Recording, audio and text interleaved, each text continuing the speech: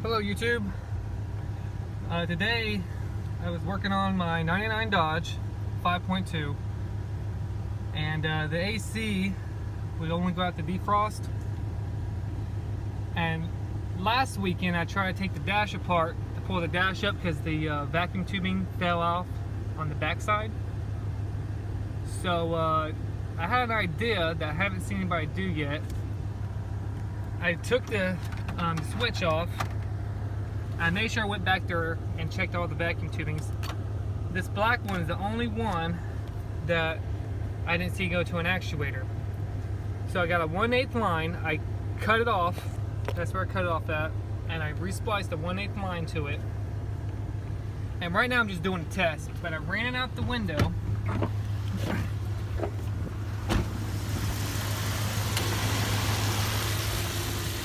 This is just a test right now. I threw it through this check valve. That wasn't a key because my old vacuum tubing fell behind the firewall. So I didn't know if this was going to work or not, because I didn't know if it went to an actuator or not, but it does not. So now I have AC coming out front instead of the defrost. And I have a brand new line. What I'm going to do next is I'm going to drill a hole on the passenger side near the floorboard somewhere, and I'm going to run it up underneath the dash behind all the dash back here, and I'm going to run it underneath the truck up to right there next to the firewall, up back to the check valve, and I'll show you a video when I'm done with that. But if anybody's having AC problems, they're just coming out the defrost, don't feel like pulling out the dash, this is a very simple fix. I mean, I think I got 14 feet of vacuum tubing, and I went overkill because I had to go out the window before I even started drilling holes just to check to see if this was even going to work. But it works. So if you just want to bypass the old tubing, this is the perfect way to do it. Okay, I just got done running the vacuum tubing.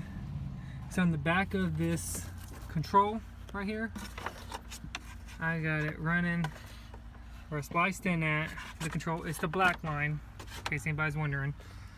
I got it running through my glove box area right now. I drilled a hole right here, and I got it running up to the bottom there. I got it zip tied through the frame.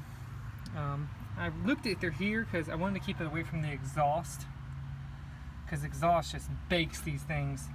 But you just reconnect it to your check valve, and that's all you need to do. I mean, I think this was, I have to look at my receipt, but I think this was like I know it was under $10 fix. This is 1/8 14 feet of vacuum tubing.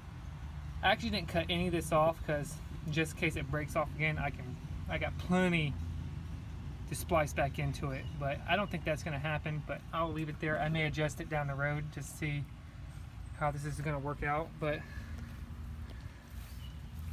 instead of pulling this whole dash out, just do this. This is this is an old truck, so if you don't care about drilling a hole through the floorboard, or however you want to do it, this is just what I did.